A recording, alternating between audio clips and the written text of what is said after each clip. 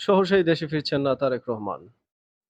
বাংলাদেশে অন্তর্বর্তীকালীন সরকার কাজ শুরু করলেও শিগগিরই দেশে ফেরার কোনো সম্ভাবনা নেই বিএনপির ভারপ্রাপ্ত চেয়ারম্যান তারেক রহমানের। লন্ডনে তারেক রহমানের সাথে সম্পর্কিত সূত্রগুলো জানিয়েছে, আরও কিছু সময় পর্যবেক্ষণ করে দলের কয়েকটি ধাপের নেতাদের সাথে বৈঠকের পর দেশে ফেরার ব্যাপারে দিনক্ষণ নির্ধারণ করবেন তারেক রহমান। তার আগে আপাতত লন্ডন থেকেই পরবর্তী নির্বাচনকে সামনে রেখে মূল দল ও সহযোগী দলগুলোকে নিয়ে কাজ করতে চান তিনি। বিএনপির ভারপ্রাপ্ত চেয়ারম্যান তারেক রহমান ১৫ বছরের বেশি সময় ধরে বসবাস করছেন যুক্তরাজ্যে।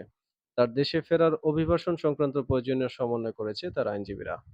দেশে তার বিরুদ্ধে থাকা মামলায় আদালতের রায়গুলোর ব্যাপারে দেখভাল করছেন দেশের দায়িত্বপ্রাপ্ত আইনজীবীরা। তারেক রহমানের স্ত্রী জুবাইদা বিএনপির রাজনীতিতে সক্রিয় হতে পারেন এমন আলোচনা দলের ভেতরে ছিল দীর্ঘদিন।